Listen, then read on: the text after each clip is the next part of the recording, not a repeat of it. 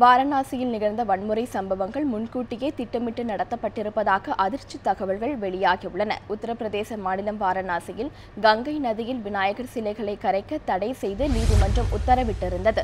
தடையை மீறி கரைக்க சென்ற சாதுக்கள் மீது கடந்த மாதம் 22ஆம் தேதி போலீசார் தடியடி நடத்தினர். இதனை கண்டித்து நேற்று முன்தினம் நடத்தப்பட்ட பேரணியில் திடீரென வன்முறை வெடித்தது.